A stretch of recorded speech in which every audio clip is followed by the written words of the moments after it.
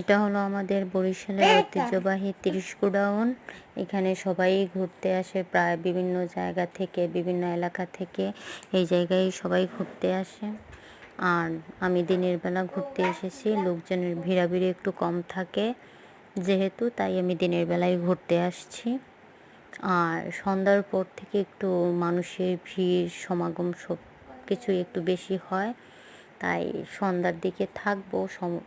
সমস্যা হচ্ছে যে দিনের বেলা একটু ঘুরতে ভালো লাগে, তাই আমি দিনের বেলা বের হয়ে ঘুরতে বের হয়েছি। এটা হলো গিয়ে নদীর লেক। এখান থেকে সবাই ওই দিকে নদীর পাড়ে নৌকা দিয়ে ঘুরতেও যায়। আমি এই পাশ ওপাশ করে ভিডিও করতেছি। আর